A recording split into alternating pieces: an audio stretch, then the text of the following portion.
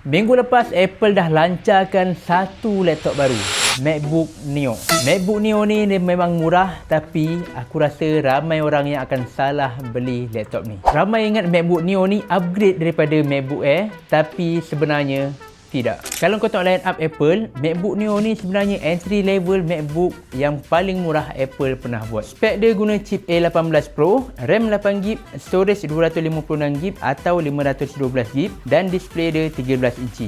Aku sendiri guna MacBook Air M1 dalam Apple ecosystem, so aku boleh nampak jelas siapa sebenarnya yang patut beli MacBook Neo ni. MacBook Neo ni dia sesuai untuk student yang kerja office, untuk browsing dan juga untuk assignment.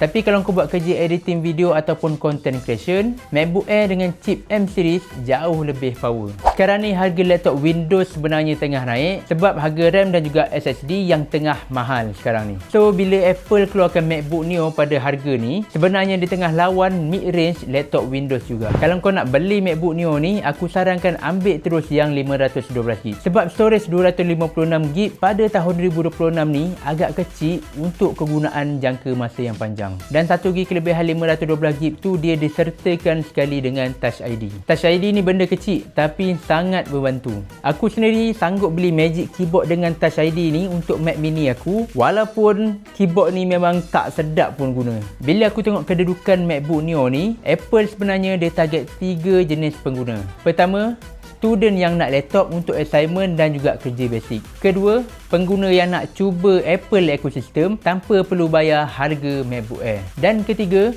orang yang nak MacBook paling affordable dalam line up Apple sekarang. Kalau kau diberi pilihan, kau pilih MacBook Neo ataupun MacBook Air? Komen dekat bawah, aku nak tahu juga pendapat korang. Dan korang semua jangan lupa follow aku. Sebab apa? Sebab aku tahu semua mengenai Apple.